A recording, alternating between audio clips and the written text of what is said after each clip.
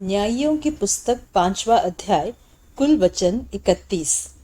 उसी दिन दबोरा और अबीनोअम के पुत्र बाराक ने यह गीत गाया कि इस्राएल के अगुवों ने जो अगुवाई की और प्रजा जो अपनी ही इच्छा से भरती हुई, इसके लिए यहोवा को धन्य कहो। हे राजाओं सुनो, हे अधिपतियों कान लगाओ। मैं आप यहोवा के लिए गीत गाऊंगी, इस्राएल के परमेश्वर यहोवा का मैं भजन करूंगी।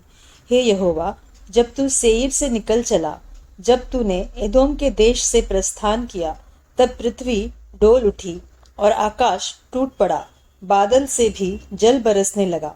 यहोवा के प्रताप से पहाड़, इस्राएल के परमेश्वर यहोवा के प्रताप से वह सीनै पिघल कर बहने लगा। अनात के पुत्र शमगर के दिनों में और याएल के दिनों में सड़कें सूनी पड़ी थीं और बटोही पगडंडियों से चलते थे। जब तक मैं दबोरा न उठी, जब तक मैं इस्राएल में माता होकर न उठी, तब तक गांव सूने पड़े थे। नए नए देवता माने गए। उस समय फाटकों में लड़ाई होती थी। क्या 40,000 इसराइलियों में भी ढाल व बर्छी कहीं देखने में आती थी? मेरा मन इस्राएल के हाकिमों की ओर लगा है, जो प्रजा के बीच में अपनी ही इच्छा से भरती हुए। यहोवा को धन्य कहो।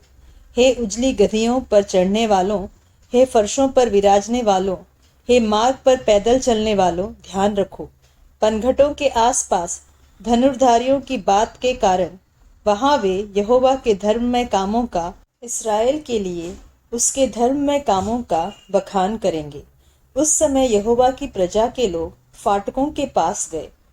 जाग जाग हे दबोरा, जाग जाग, गीत सुना। हे बाराक उठ, हे अबीनोअम के पुत्र, अपने बंधुओं को बंधुआई में ले चल। उस समय थोड़े से रईस प्रजा समेत उतर पड़े। यहोवा शूरवीरों के विरुद्ध मेरे हित उतर आया। एप्राइम में से वे आए जिसके जड़ अमालेक में है। हे बिन्यामीन, तेरे पीछे तेरे दलों में माकीर में से हाकिम और जबुलून में से सेनापति का दंड लिए हुए उतरे। और इसाकार के हाकिम दबोरा के संग हुए। जैसा इसाकार वैसा ही बाराक भी था। उसके पीछे लगे हुए वे तराई में झपट कर गए। रुबेन की नदियों के पास बड़े बड़े काम मन में ठाने गए। तू चरवाहों का सीटी बजाना सुनने को भेड़शालों के बीच क्यों बैठा रहा? रुबेन की नदियों के पास बड़े बड़े काम सोचे गए। गिलाद यर्दन पार रह गया और दान क्यों जहाजों में रह गया? आशेर समुद्र के तीर पर बैठा रहा और उसकी खाड़ियों के पास रह गया। जबूलून अपने प्राण पर खेलने वाले लोग ठहरे। नप्ताली भी देश के ऊंचे ऊंचे स्थानों पर वैसा ही ठहरा। राजा आकर लड़े। उस समय कनान के राजा मगिद्दो के सोतों के पास तानाक में लड़े, पर रुपयों का कुछ लाभ न पाया। आकाश की ओर से भी लड़ाई हुई, वरन ताराओं ने अपने अपने मंडल से सीसरा से लड़ाई की। किशोन नदी ने उनको बहा दिया, अर्थात वही प्राचीन नदी जो किशोन नदी है।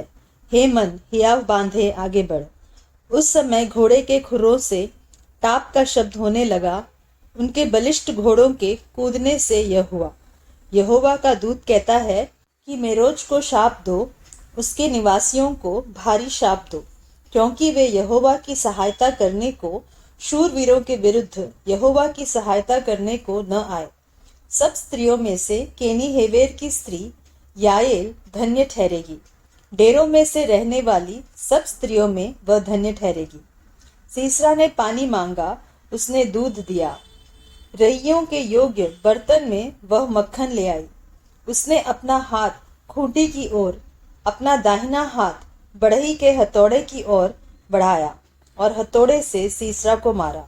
उसके सिर को फोड़ डाला और उसकी कनपटी को आर पार छेद दिया। उस स्त्री के पांव पर वह झुका, वह गिरा, वह पड़ा रहा। उस स्त्री के पांव पर वह झुका, वह गिरा, जहां झुका वहीं मरा पड़ा रहा। खिड़की में से एक स्त्री झांक कर चिल्लाई। सीसरा की माता ने झिलमिली की ओट से पुकारा कि उसके रथ के आने में इतनी देर क्यों लगी? उसके रथों के पहियों को अबेर क्यों हुई है? उसकी बुद्धिमान प्रतिष्ठित स्त्रियों ने उसे उत्तर दिया, वरन उसने अपने आप को इस प्रकार उत्तर दिया कि क्या उन्होंने लूट पाकर बांट नहीं ली? क्या एक एक पुरुष को एक एक वरन दो दो कुंवारियां और सीसरा को रंगे हुए वस्त्र की लूट, वरन बूटे काढ़े हुए रंगीले वस्त्र की लूट, और लुटे हुओं के गले में दोनों ओर बूटे काढ़े हुए रंगीले वस्त्र नहीं मिले? हे यहोवा, तेरे सब शत्रु ऐसे ही नाश हो जाए, परंतु उसके प्रेमी लोग प्रताप के साथ उदय होते हुए सूर्य के समान तेजोमय हो। फिर देश में 40 वर्ष तक शांति रही।